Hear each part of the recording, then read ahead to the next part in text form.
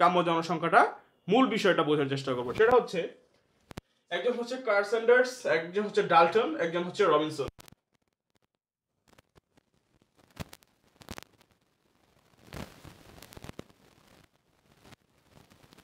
সাধন করে যে জনসংখ্যা সর্বোচ্চ অর্থনৈতিক কল্যাণ সাধন করে তাই হচ্ছে কাম্য জনসংখ্যা। তার মানে জনসংখ্যা যত হলে বা জনসংখ্যা যে পরিমাণে পৌঁছালে দেশের অর্থনৈতিক উন্নয়ন সর্বোচ্চ পর্যায়ে থাকবে, সেই জনসংখ্যার পরিমাণটাই হচ্ছে কাম্য জনসংখ্যা। আবার বলি, জনসংখ্যা যে পরিমাণ হলে একটা দেশের অর্থনৈতিক উন্নয়ন সর্বোচ্চ পর্যায়ে থাকবে, সবচেয়ে বেশি অর্থনৈতিক উন্নয়ন হবে, সেই জনসংখ্যাটাকেই বলা হচ্ছে কি কাম্য জনসংখ্যা। এই বক্তব্যটা হচ্ছে কার্ল স্যান্ডার্স। এরপর ডাল্টন বলেছেন কাম্য জনসংখ্যা হলো তা যা সর্বোচ্চ মাথা পিছু আয় প্রদান করে।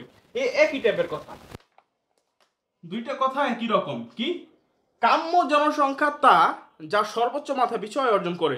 এই ক্ষেত্রে আমরা বলতে পারি যে যে জনসংখ্যা যেই পর্যায়ে পৌঁছালে দেশের মাথা পিছু আয় সর্বোচ্চ হবে। আবার বলি, দেশের মাথাপিছু আয় পার ক্যাপিটা জিডিপি সর্বোচ্চ হবে জনসংখ্যা যে পর্যায়ে গেলে, সেই পরিমাণ বা সেই সংখ্যাটাই হচ্ছে কাম্য জনসংখ্যা। জনসংখ্যা যত হলে মাথাপিছু আয় সর্বোচ্চ হবে, সেই জনসংখ্যাটাই কি কাম্য জনসংখ্যা। এই বক্তব্যটা হচ্ছে ডাল্টনের। এরপর রবিনসনস তিনি বলেছেন কাম্য জনসংখ্যা সর্বোচ্চ উৎপাদন সম্ভব করে। কাম্য জনসংখ্যা সর্বোচ্চ উৎপাদন সম্ভব করে। আমরা কি জানি, প্রতি বছর হ্যাঁ দেশে কিন্তু আপনার হচ্ছে নানান ধরনের পণ্যদ্রব্য কি হয়, উৎপাদিত হয়। হ্যাঁ, সো ওই পণ্যদ্রব্য উৎপাদন হইতেছে কিন্তু জনসংখ্যা এমন একটা পর্যায়ে গেল, যার ফলে লেবার ফোর্সও এমন একটা পর্যায়ে গেল যে উৎপাদন সর্বোচ্চ হইছে। উৎপাদন কি হইছে? সর্বোচ্চ উৎপাদন হইছে। আগের বারের তুলনায়, আগের বছরগুলোর তুলনায় বা ভিত্তি বছরের তুলনায় উৎপাদন অনেক বেশি হইছে। ওই জনসংখ্যাটাকে বলবো আমরা কি কাম্য জনসংখ্যা। তাহলে আমরা কি দাঁড় করাইতে পারি এই তিনটা সূত্র মানে দেখে আমরা লিখতে পারি যে জনসংখ্যা সর্বোচ্চ উৎপাদন কমা মাথা পিছু আয় কমা ও কোথায় ছিলাম আমরা, অর্থনৈতিক কল্যাণ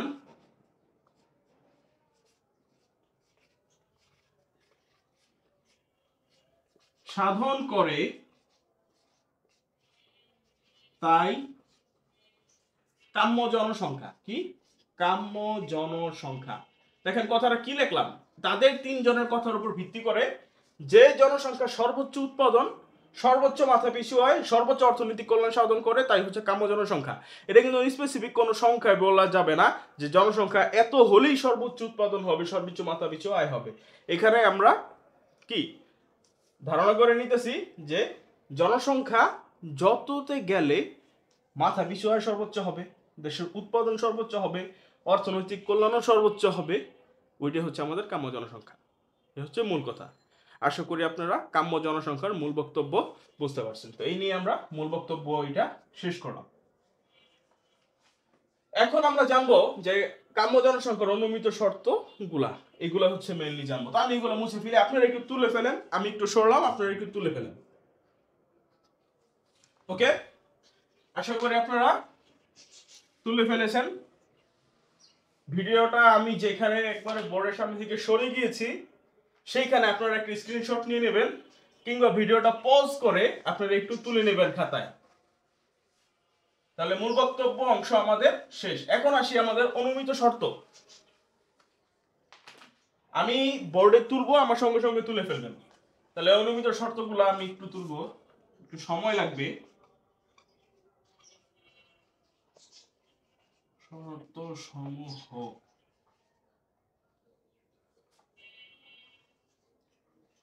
একে কি রাখলাম আমরা, জনসংখ্যা বৃদ্ধির সময়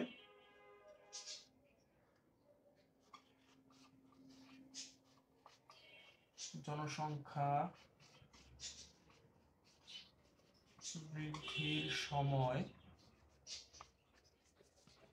মোট জনসংখ্যা মোট জনসংখ্যা ও কর্মক্ষম জনসংখ্যার অনুপাত স্থির তার মানে কি জনসংখ্যা যে বাড়লেও বা বাড়তে থাকলেও মোট জনসংখ্যা আর কর্মক্ষম জনসংখ্যার যে একটা অনুপাত এটা কি হবে ফিক্সড থাকবে, বাড়বে কমবে না, চেঞ্জ হবে না। কর্মক্ষম জনসংখ্যা কাদেরকে বোঝায়? যারা কাজ করতে সক্ষম, যারা লেবার ফোর্সে কি আছে, কাজ করছে বা লেবার ফোর্সে না থাকলেও কাজ করতে মানে লেবার ফোর্সে এনি টাইম জয়েন করতে সক্ষম, তারাই হচ্ছে আমাদের কি কর্মক্ষম জনসংখ্যা। তো যখনই জনসংখ্যাটা বাড়বে তখন মোট জনসংখ্যা কর্মক্ষম জনসংখ্যার যে একটা অনুপাত এটা কি ফিক্সড থাকবে, এটা মানে কোন প্রকার চেঞ্জ আসবে না, আপস এন্ড ডাউন হবে না। 2 নম্বরে কি আছে?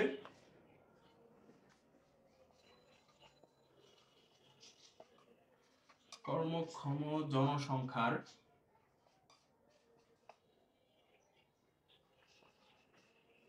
মাথা পিছু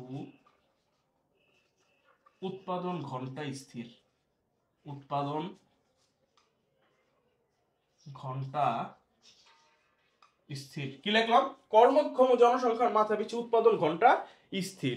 মাথা পিছু উৎপাদন ঘন্টা আসলে কি মানে কতক্ষণ তারা কাজ করে, উৎপাদনের তারা কতক্ষণ সময় দেয়, ঠিক আছে? তাহলে কর্মক্ষম জনসংখ্যার উৎপাদন ঘন্টাটাও কি থাকবে? স্থির থাকবে। একটা ফিক্সড কি থাকবে? উৎপাদন ঘন্টা থাকবে, উৎপাদন সময় থাকবে, কাজের সময় থাকবে। 3 নম্বরে বলা হয়েছে নির্দিষ্ট সময়ে কোন দেশে নির্দিষ্ট সময়ে কোন দেশে 3টা পয়েন্ট এখানে, আরো একটা হচ্ছে প্রাকৃতিক সম্পদ স্থির। প্রাকৃতিক সম্পদ স্থির মানে প্রাকৃতিক সম্পদেরও কোনো চেঞ্জ হবে না, স্থির। খতে বলছে কারিগরি কৌশল স্থির। কারিগরি কৌশল স্থির। গতে বলছে মূলধনের পরিমাণ স্থির। মূলধনের পরিমাণ স্থির। তাহলে দেখেন নির্দিষ্ট সময়ে কোন দেশের প্রাকৃতিক সম্পদ স্থির, কারিগরি কৌশল স্থির এবং মূলধনের পরিমাণ স্থির। 4 নম্বরে বলছে দেশের পূর্ণ নিয়োগ অবস্থা বিরাজমান। দেশে পূর্ণ নিয়োগ অবস্থা বিরাজমান। পূর্ণ নিয়োগ মানে কি? পূর্ণ নিয়োগ মানে মোটামুটি সবই নিয়োগ হয়ে গেছে, বেকার খুব কম বা বেকারত্বের হার যতটুকুতে থাকলে হ্যাঁ দেশের অর্থনৈতিক অস্থিরতা দেখা দিবে না, সেইটুক মানে অবস্থাকে পূর্ণ নিয়োগ বলে। পূর্ণ নিয়োগ মানে কি? পূর্ণ নিয়োগ মানে কি মানে মানে এইটুক পরিমাণ মানে নিয়োগ দেওয়া হয়ে গেছে যাতে অবশিষ্ট বেকাররা কি অর্থনৈতিক কল্যাণে অর্থনৈতিক উৎপাদনে কোনো প্রকার কি সমস্যা হইতে না পারে, বেকারদের দ্বারা কোনো যেন সমস্যা হইতে না পারে। তো ওই লেভেলটারই বলা হয় পূর্ণ নিয়োগ। আশা করি বুঝতে পারছি। 5 নম্বরে বলছে উন্নত জ্ঞান সংস্কৃতি এবং জীবনযাত্রা। উন্নত জ্ঞান সংস্কৃতি এবং জীবনযাত্রা। 6 নম্বরে বলছে পর্যাপ্ত জনশক্তি কর্মোদ্যম। পর্যাপ্ত জনশক্তি কর্মোদ্যম। যতটুকু জনসংখ্যা দরকার, যতটুকু কর্মক্ষম জনসংখ্যা দরকার ততটুকু কি আমাদের অ্যাভেলেবল। তো এই হচ্ছে আমাদের কি কাম্য জনসংখ্যা তথ্যের অনুমিত শর্ত সমূহ। আপনারা একটু তুলে নেন, কষ্ট করে একটু তুলে নেন। আবারও বলছি আপনারা একটু তুলে নেন, আমি সরে দাঁড়াইছি এখানে, তুলে নেন। ওকে, আশা করি আপনারা তুলে ফেলছেন। এবার আমরা ডাল্টনের সূত্রের সাহায্যে কাম্য জনসংখ্যাটা বুঝবো। আমি মুছে ফেললাম।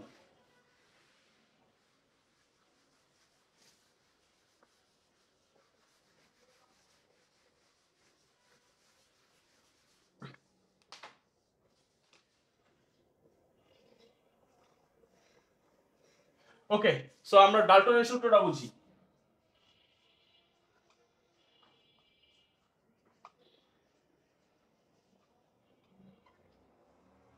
তো ডাল্টন যিনি একজন অর্থনীতিবিদ বা গণিতবিদ, এক্সাক্ট আমার মনে নাই, তিনি হচ্ছেন একটা সূত্রের সাহায্যে কাম্য জনসংখ্যা বোঝানোর চেষ্টা করছেন। তো সেই সূত্রটা কি আমি একটু ক্যালকুলেশন মানে ম্যাথমেটিক্যালি আমি দেখামু।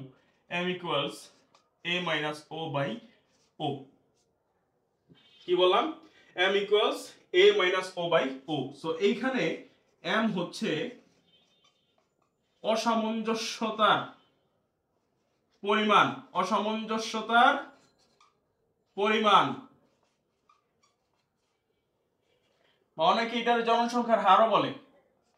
এতে প্রকৃত জনসংখ্যা কি? প্রকৃত জনসংখ্যা, ওতে কাম্য জনসংখ্যা, ওতে কাম্য জনসংখ্যা। এই হচ্ছে কি আমাদের সূত্র, ডাল্টনের সূত্র। ডাল্টন কি বলছেন? m ইকুয়ালস a মাইনাস ও বাই ও। এইটা a m হচ্ছে অসামঞ্জস্যতার পরিমাণ, বা এটার অনেকে জনসংখ্যার হারও বলে, ঠিক আছে, মানে জনসংখ্যার অবস্থাও বলা হয়। এতে হচ্ছে প্রকৃত জনসংখ্যা বা অ্যাকচুয়াল পপুলেশন, ওতে কাম্য জনসংখ্যা বা অপটিমাম পপুলেশন। এই হচ্ছে কি আমাদের ডাল্টনের সূত্র। সো এই সূত্র ব্যবহার করে, হ্যাঁ, m এর মান যদি শূন্য হয়, m এর মান যদি কি হয়? শূন্য হয়, তাহলে বুঝায় কাম্য জনসংখ্যা। কি বুঝায়? কাম্য জনসংখ্যা। m এর মান যদি কি হয়? শূন্য হয়। আর m এর মান যদি শূন্যের চেয়ে বেশি হয়, তাহলে অধিক জনসংখ্যা। কি? অধিক জনসংখ্যা। জনসংখ্যা যত দরকার তার চেয়ে কি আছে? বেশি আছে। m এর মান যদি শূন্যের চেয়ে কম হয়, তাহলে মানে কি হয়? কম জনসংখ্যা। এটা আমি লিখে দিই, কম জনসংখ্যা, কম জনসংখ্যা। তো একটা কথা মাথায় রাখবেন, আপনাদেরকে আমি একটু বলি যে আমরা কি জানি যে কাম্য জনসংখ্যা কি করে? সর্বোচ্চ উৎপাদন, সর্বোচ্চ মাথাপিছু আয়, সর্বোচ্চ অর্থনৈতিক কল্যাণ সাধন করে। কিন্তু কাম্য জনসংখ্যার থেকে যদি জনসংখ্যা বেশি হয়ে যায়, জনসংখ্যা কি হয়ে যায়? বেশি হয়ে যায়, তখনও আপনার হইতেছে সর্বোচ্চ উৎপাদন বা মাথাপিছু আয় বা অর্থনৈতিক কল্যাণ হবে না। আবার কাম্য জনসংখ্যা থেকে যদি জনসংখ্যার পরিমাণ কমেও যায়, আবার বলি কাম্য জনসংখ্যা থেকে যদি জনসংখ্যার পরিমাণ কম হয়, তখনও কিন্তু কি হবে না? সর্বোচ্চ এই মাথাপিছু আয়, উৎপাদন বা অর্থনৈতিক কল্যাণ হবে না। এইটা ওই মূল বক্তব্যের সাথে আমার লেখা উচিত ছিল, আমি ভুলে গেছিলাম, আমি এখন বলে দিলাম। এই হচ্ছে কি আমাদের সূত্র, এইটাই হচ্ছে কি আমাদের বোঝায়। তাহলে আমরা একটা ম্যাথ সলভ করব এখন। এই সূত্রটা ব্যবহার করে কি করব? একটা ম্যাথ সলভ করব। তাহলে চলেন আমি একটু প্রশ্ন তুলি। আচ্ছা, আমি এইটা এখানে লিখি, m ইকুয়ালস 0, কাম্য জনসংখ্যা m গ্রেটার দেন 0, অধিক জনসংখ্যা m লেস দেন 0, কম জনসংখ্যা। আচ্ছা, আমার বাইরে একটা প্রোগ্রাম হচ্ছে, সো আমি জানি না এই রেকর্ড করার বেলায় আমার এক্সাক্ট জানি না যে রেকর্ড মানে ওই প্রোগ্রামের শব্দগুলো হচ্ছে আমার মাইক্রোফোনে ধরতেছে কিনা। যদি ধরে থাকে তাহলে আমি আন্তরিকভাবে দুঃখিত, একটু কষ্ট করে বুঝে নিন। আমি মুছি, আমি প্রশ্ন তুলি আমি একটা। আচ্ছা, অনুমিত শর্ত আমাদের শেষ, তাহলে প্রশ্নটা তুলি। প্রশ্নটা কোথায়? একটি দেশের বর্তমান জনসংখ্যা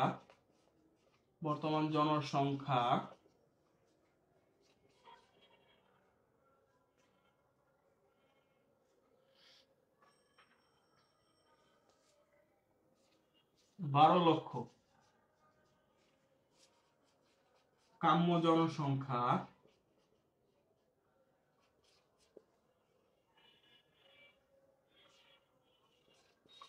10 লক্ষ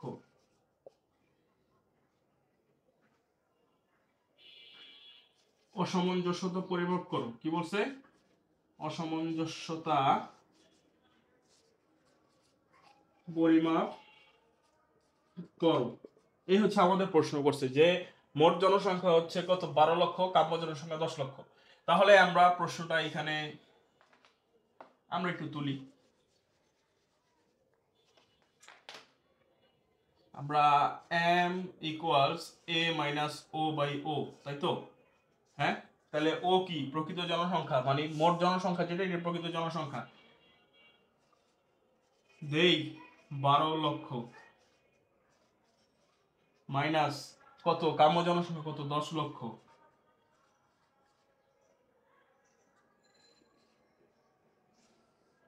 আর এখানেও তো কাম্য জনসংখ্যাই দিব, দেই কত? 10 লক্ষ। তাহলে উপরে হয় কত?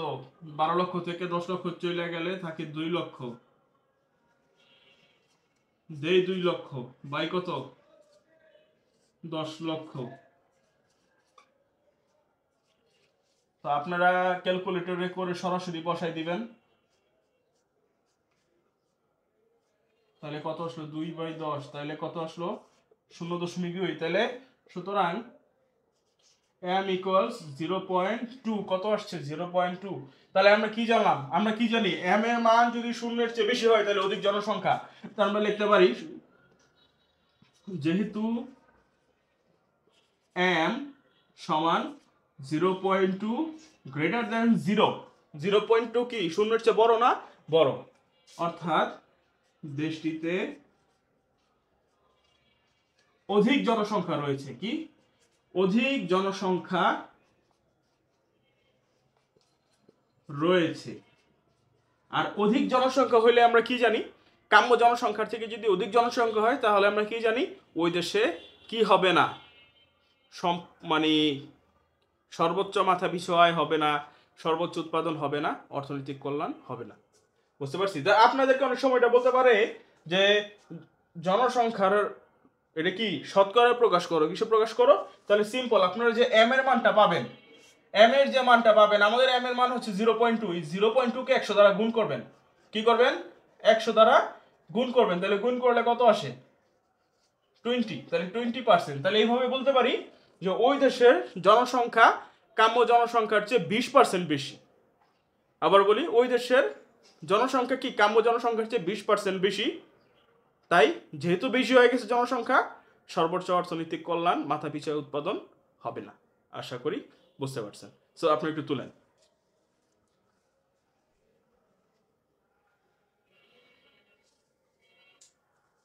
সব তুলেন, এখানে সব তুলেন, প্রশ্ন সহ তুলেন আপনারা। ঠিক আছে? তাহলে আমাদের ডাল্টনের সূত্রটাও শেষ করে ফেললাম।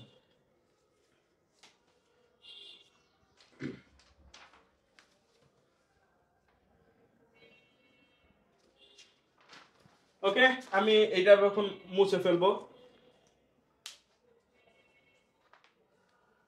মুছে ফেলি, আশা করি আপনারা তুলে ফেলছেন।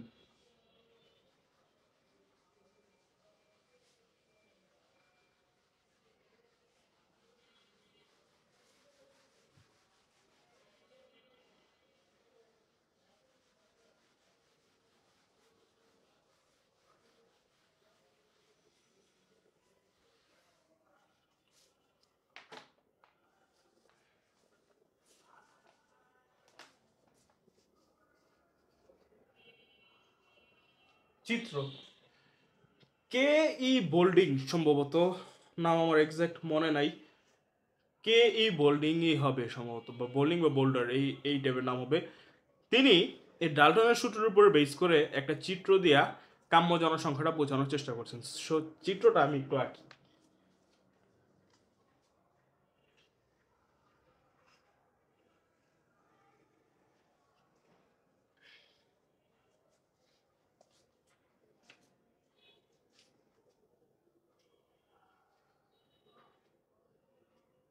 ধরি 10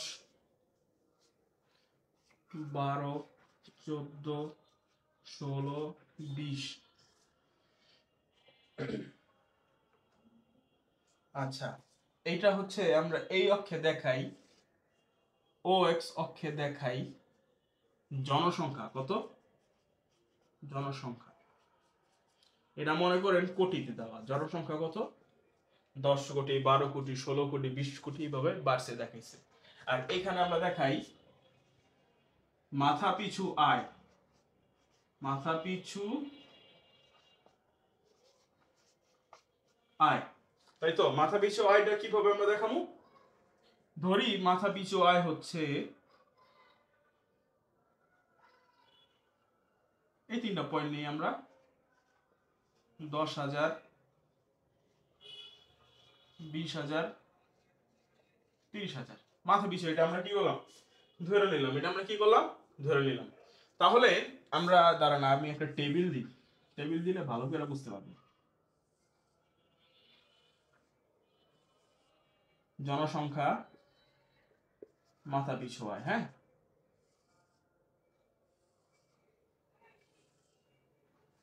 তাহলে আমরা দিই 10, 12, 14, 16, 18, আর এখানে দিই 10,000, 20,000, 30,000, আবারও দিই আমরা হচ্ছে ধরেন 25,000, ধরেন দিলাম 20,000, 20,000 না, ধরেন এটা দিলাম 15,000। তাহলে দেখেন যখন জনসংখ্যা ছিল কোটিতে, হ্যাঁ 10 কোটি, তখন তার মাথা পিছু আয় কত ছিল, 10,000।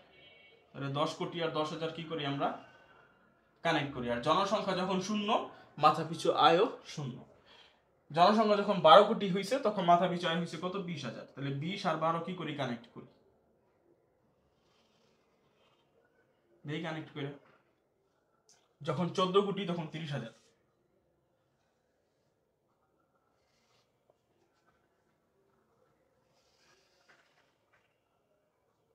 আচ্ছা, নেক্সট হচ্ছে যখন 16 কোটি, হ্যাঁ 16 কোটির পরে হয়েছে 25,000, তাহলে আমরা ধরি এটা 25,000, 25,000, তাহলে 25,000 আর 16 কি করি, কানেক্ট করি।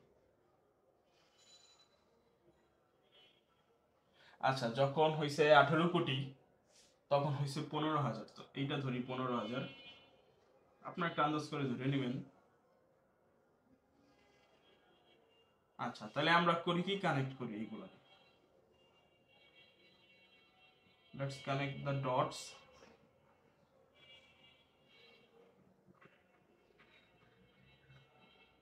এই হচ্ছে কি আমাদের চিত্রটা, দেখেন এটা একটা রেখা আসলো, তাই তো, এস রেখা হচ্ছে এম ম্যাক্সিমাম পয়েন্ট। দেখেন আমরা এখানে দেখতে পারতেছি আমাদের আয় কত, 10,000, 20,000, 30,000, 25,000, 15,000।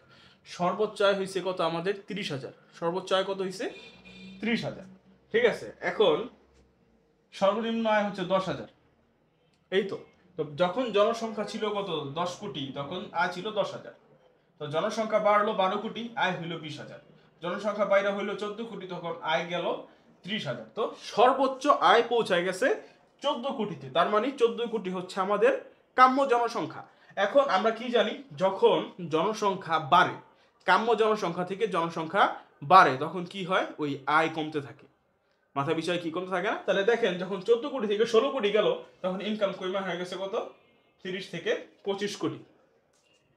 দেখছেন, হিসাবে কিন্তু বাড়ার কথা, কিন্তু কাম্য জনসংখ্যা থেকে যদি অধিক জনসংখ্যা হয়ে যায়, তখন আয় কি হয়, কমে। তাহলে দেখেন আয় আবার কমে 30 থেকে 25 কোটি, সরি 30,000 থেকে 25,000 হয়ে গেছে 16 কোটিতে। জনসংখ্যা আরো বাড়ছে।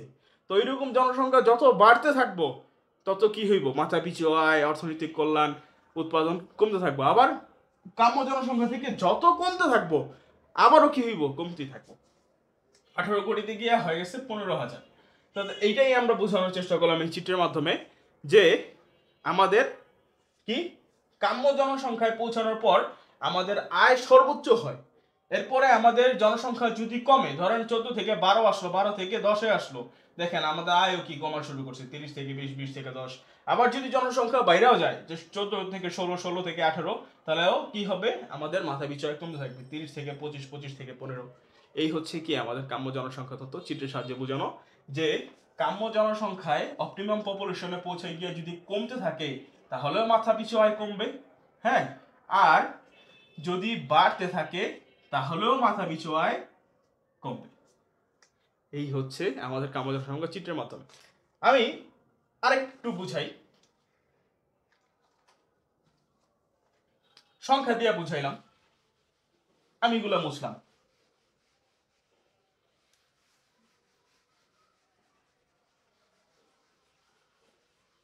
আচ্ছা, এই চিত্রটাই আমি একটু আরেকভাবে দিই। আচ্ছা, এই তো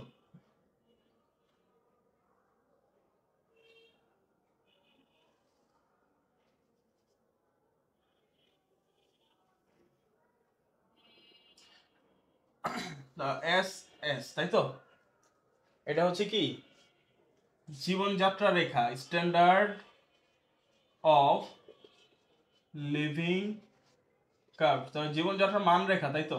তাহলে দেখেন এখানে হচ্ছে আমাদের ইনকাম, এখানে হচ্ছে আমাদের পপুলেশন, বরাবরের মতো, হ্যাঁ।